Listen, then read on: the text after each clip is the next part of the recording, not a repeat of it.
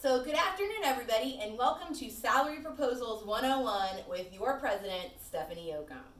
So today, we are going to be talking about PEA salary proposal and the district salary proposal, and what the differences are and what those differences mean to you.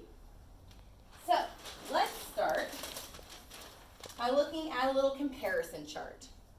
So we're going to talk percentages for a minute, so don't let me lose you here. Stay with me. So PEA, district. So right now, under the teacher salary allocation, so we're going to talk instructional salary proposals first. So under the teacher salary allocation money that we are currently at a disagreement on, the PEA proposal, the total number of classroom teachers that would be getting at least a 2% raise is 5,072, which is about 95% of our classroom teachers would be seeing at least a 2% raise. Most of you much more than that. Under the district's proposal, for a number of classroom teachers that would be seeing at least a 2% raise, you're looking at 2,734, which is only about 51% of our classroom teachers. And our total classroom teachers is about 5,300 right now. So total non-classroom teachers, we have about 1,100 non-classroom teachers roughly. So under the PEA proposal, total number of non-classroom teachers that would receive at least a 2% raise, most of you much more than 2%, is 1,003, which is about 90% of you. Under the district's proposal for non-classroom teachers, 0 non-classroom teachers would see at least a 2%. Now you'll see something, and we'll talk about that later. So total instructional now. So under the general fund teacher salary allocation money, and when I say general fund, teachers that are paid out of general fund, we have about 6,440. And so out of that 6,440, total number of all instructional that would be receiving at least a 2% raise under the PEA proposal would be 6,073, which is 94% of our instructional staff. On the district side, only 42%, or 2,734, and notice how these numbers match, because again, no non-classroom teacher sees at least a 2% raise under the district's proposal. And that's 42% of our entire instructional workforce that would be receiving at least 2% under the district plan. Now, I do want to point out here that under both plans, this year, everybody sees a little bit. Some people see a lot more, especially if we're talking about the district plan. Some people are seeing a lot less. But this year, under both, everybody's seeing something. Except under our proposal, for that small amount of staff, the other 6% that aren't seeing at least a 2% raise, the lowest that you're seeing is a 1.82.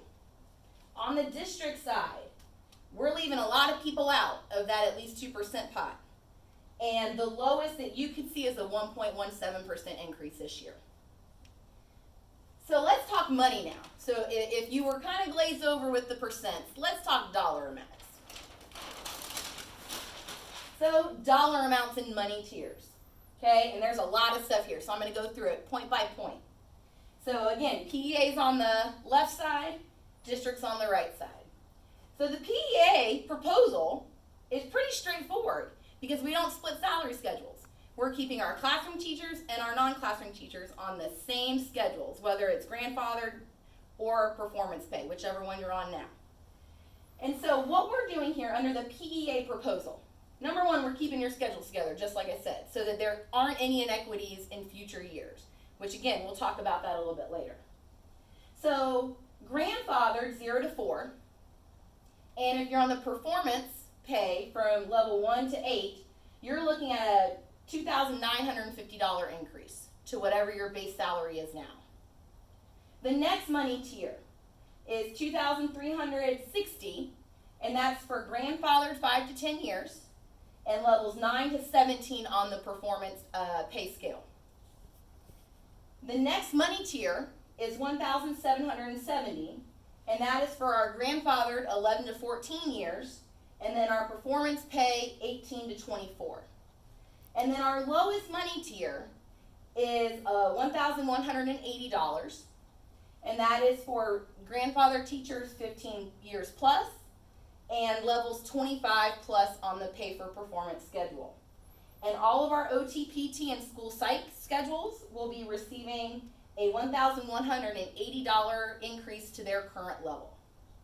So now, let's look at the district side and compare numbers here.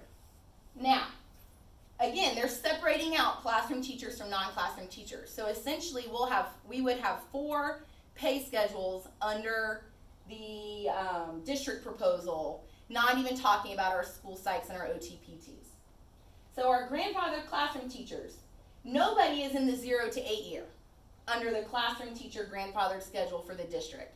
Because if they're at 0 to 8 years, they're on the pay for performance because of that wonderful law that passed in 2011. And so really, we don't have people start seeing any monetary effects under the district side until year 9. And so if you are a grandfathered classroom teacher year 9, you are seeing $902. Year 10, you're seeing $903. And so let's just compare for a minute. Okay, levels 9 and 10 are right here. Under the district, you're getting $902, $903. Under PEA, you're getting $2360. And then 11 plus years on the district classroom, $754. Now, all grandfathered non-classroom, 0 to 30 years, is getting $752. Classroom teachers on the pay for performance. The district is wanting to compress the current levels 1 through 12 all to level 1 so that they get it to a starting salary of $45,172. And so anybody on 1 through 12 could see anywhere from $900 to $4,200. And right now, $4,200 would be going to classroom teachers that have been teaching a month and a half. Level 13 on the district's classroom teacher pay for performance would be the new level 2. And this is going to be important later because you see your levels are changing under the classroom district plan for pay for performance. 900, 900, 15 would become the new 4 at 903. And then the rest of the levels would move according to that pattern, and you would be receiving $752. And so our last one for the district for the pay for performance, non-classroom teachers, all levels, they're not compressing those levels. So whatever level you're on, you're going to stay that level. And they would be adding $752 to your base level this year. And so classroom and non-classroom teachers would see an increase this year, okay? And most of them a very small increase. And then we'll talk about the ramifications in just a second. So our para and ESP units. We have a lot going on here in our proposal. We want all positions are getting at least a 3 to 4% increase, with some of them getting a higher increase if they're moving to $10 an hour. And then we will have a minimum starting rate of $10 an hour in both of our para and ESP units. And then all para and ESPs will move up 1 experience level. And our goal is to get our starting salaries for our support staff to at least $15 an hour by the year 2026. The district has proposed 0 for you all, which is criminal and deplorable. And there's nothing else to really say about that. So now let's talk about some examples and what this would actually mean for you.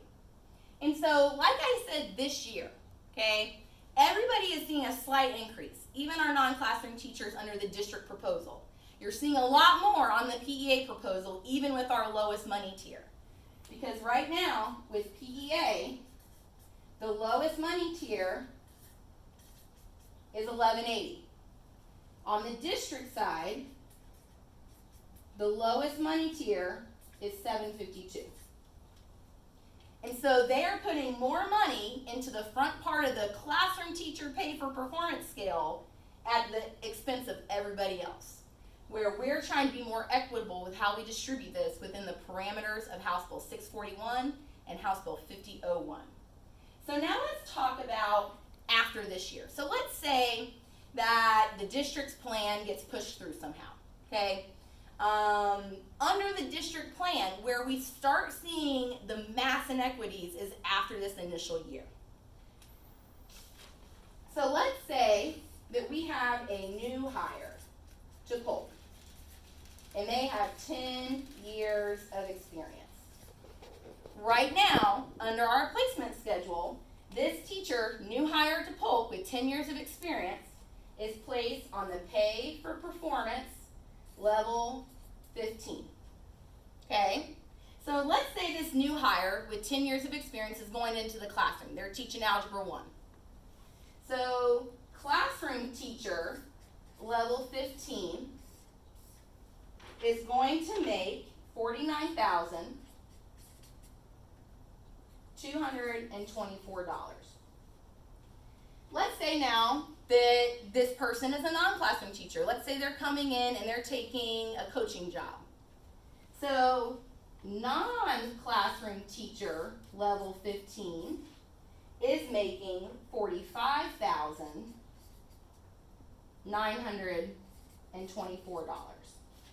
And that is a difference of $3,300. And so after this year is where we start seeing the pay inequities. Classroom teacher is making $3,300 more than their non-classroom teacher counterpart, coming in with the same years of experience on the same level. Okay? Now let's talk if I'm an existing teacher in Polk County. So let's say I am an existing teacher and I'm on the grandfather schedule and I'm at 20 years. Okay, grandfather 20 years and I'm a classroom teacher right now. Okay? So I would then move after this year, if the district's proposal were to go through, which, again, hashtag over my dead body, it ain't going through. So, but let's just say, for example purposes, that we're talking about the district plan now. Grandfather, classroom teacher, 20 years. Under the district's proposal, that 20-year classroom teacher on the grandfather schedule is making $51,924. Now let's say that classroom teacher next year moves and wants to be a coach or a dean and moves into a non-classroom teacher position. They're actually not taking a big pay cut. They would be taking a $2 pay cut to move into the non-classroom position. And so, again, the inequities are all over the place. So, but it's still a pay cut, but it's a $2 pay cut. Now, here's where the rubber meets the road on the pay for performance. So let's say I'm a classroom teacher on level 22 right now. Okay, and I'm teaching 7th grade English. So, and I've already moved, okay, this year. I would be making $51,324. And that's after the move if the district's plan were to go into effect. Okay? I'm now on level 22. I'm making $51,324. Okay? Next year, I get the dream job that I've wanted, and it's maybe a library job. Okay? I'm going to be a media specialist.